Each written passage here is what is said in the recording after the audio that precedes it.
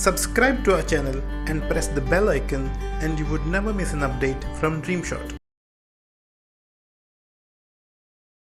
Hey friends, welcome once again to your channel DreamShot. Canon 200D Canon का one of the most successful models था. In fact vloggers तो उसको बहुत पसंद करते थे. वो कैमरा एक फोटोग्राफी और वीडियो का एक बेस्ट कॉम्बो था. And now we are getting an upgrade 250D. तो इस वीडियो में हम देखेंगे if you have to go with 250D या if you are better off with 200D itself. Without further delay let's start. अब मैं हर एक स्पेसिफिकेशन के बारे में बात करने नहीं जाऊंगा. जहां पे मेजर अपग्रेड है या अगर कोई इंपॉर्टेंट चेंजेस है उसके बारे में हम बात करते हैं. So talking about it's biggest upgrade, it's a 4K video camera. मतलब आप सोचो, कैनन का प्राइमरी क्रिटिसिज्म था कि कैनन अपने बॉडी में 4K इंक्लूड नहीं करता है. कैनन की काफी कम बॉडीज में 4K इंक्लूडेड है, जबकि आप सोनी में देखोगे काफी सारे मिड रेंज कैमरास में 4K इंक्लूडेड है. मुझे तो काफी सरप्राइजिंग लगा. कहीं ना कहीं 4K सुनते ही ये कैमरा लेने का मन करता है, क्योंकि इस रेंज की कैमरा में कैनन ने कभी 4K इंक्लूड नहीं किया है. But there is a catch. आपको 4K के साथ बहुत बड़ा क्रॉप फैक्टर मिलेगा. आई थिंक क्रॉप फैक्टर कुछ क्लोज टू 2.6 है. मतलब इट्स अ मेजर क्रॉप.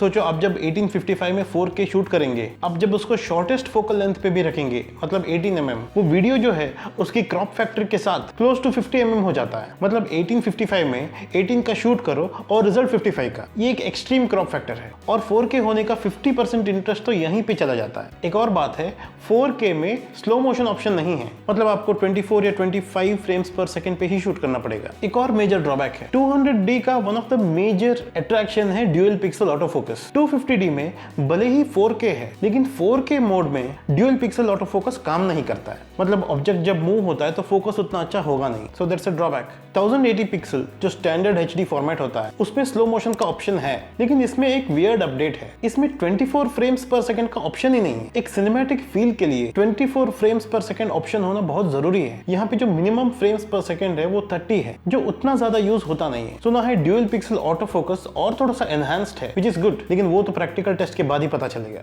एक और ब्यूटीफुल फीचर इन्होंने ऐड किया है, eye detection auto focus in live view mode. Usually Canon में एटलीस्ट इस रेंज में नहीं था, विच इज ग्रेट. एक और मेजर अपडेट है इसका battery life. Close to double कर दिया है. पहले आप अप्रोक्सीमेटली अगर 600 फोटोज लेते थे तो अब 1000 से भी ज्यादा फोटोज लेंगे, विच इज अमेजिंग. एक और बात जो डिस्कशन में है वो है इस बॉडी का ऑटो फोकस पॉइंट्स. अभी भी 200D की तरह 9 ऑटो फोकस पॉइंट्स ही रखा गया है. अब क्योंकि dual pixel auto focus technology है, इतना कम ऑटो फोकस पॉइंट से उतना प्रॉब्लम नहीं होना चाहिए. बट डेफिनेटली 20 के ऊपर अगर ऑटो फोकस पॉइंट्स होता उसके साथ ड्यूअल पिक्सल ऑटो फोकस का technology, that would have been a beautiful combination. लेकिन खैर इन्होंने ऐड नहीं किया है. दो अपडेट्स है जो मुझे काफी वियर्ड लगा. एक है स्किन स्मूथनिंग फीचर. सुनने में लगता है कोई इंस्टाग्राम फिल्टर है. DSLR और मिररलेस कैमरास में इसकी जरूरत नहीं था. अब जिनको एडिटिंग करने का पेशेंस नहीं है, वो जबरदस्ती स्किन को स्मूथ बना के फेस को थोड़ा सा फेक बना देंगे. एनीवेज, जिसको अच्छा लगता है वो यूज करेगा. पर्सनली मुझे वो फीचर कुछ खास नहीं लगा. अगर इंक्लूड नहीं किया होता तो ही अच्छा था. दूसरा वियर्ड अपडेट है colour options. As options 2 colours इन्होंने रखा है. ऑब्वियसली एक ब्लैक है,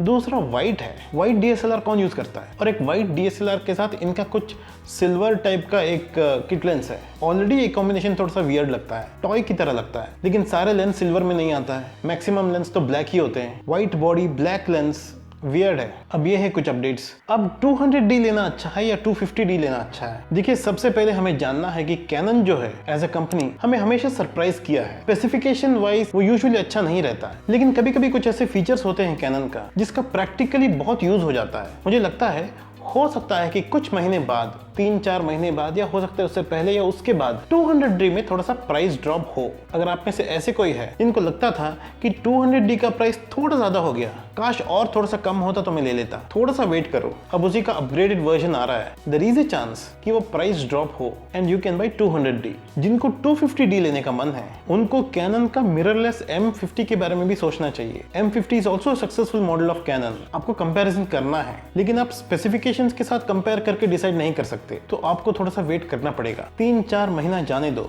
आई होप मुझे कहीं से 250D मिले और मैं उसका रिव्यू करूं, but I am not sure. अगर मेरे जान पहचान का किसी ने लिया, then I can borrow and review. नहीं तो आपको YouTube में प्रैक्टिकल रिव्यू देखना पड़ेगा. रियल वर्ल्ड में 250D कैसे काम करता है और M50 कैसे काम करता है। Based on that you have to decide. Price भी एक फैक्टर बन जाता है। एग्जैक्टली तो पता नहीं, लेकिन मोस्ट लाइकली M50 के थोड़ा सा ऊपर या नीचे होगा, तो आपको देखना है कि वो वर्थ है कि नहीं। अगर आप 200D लेने के बारे में सोच रहे हो, अगर आप M50 लेने की सोच रहे हो, या अगर आप 250D के लिए बहुत एक्साइटेड हो, इन तीनों केस में मैं आपको सजेस्ट करूंगा 3 से 4 महीने तक रुको। मई में शायद 250D का रिलीज होगा, उसका एडवांटेजेस, उसका इश्यूज, प्रोस कॉन्स आपको सब कुछ पता चल जाएगा। उसके बाद you will be able to decide whether it is 200 और 250 और M50। होपफुली मैंने जहां से भी ये इन्फॉर्मेशन दिया है, आई होप वो इन्फॉर्मेशन सही हो। अगर आपको लगता है कि ऐसे कोई स्पेसिफिकेशन है जो इंपॉर्टेंट है और मैंने डिस्कस नहीं किया है, then please let me know in comments. मुझे बताना आपको 250D का स्पेसिफिकेशंस कैसे लगा। Thank you so much for watching. अगर आपको ये वीडियो अच्छा लगा, then please give it a thumbs up. If you feel it will help others, please do share the video. Thanks again, take care.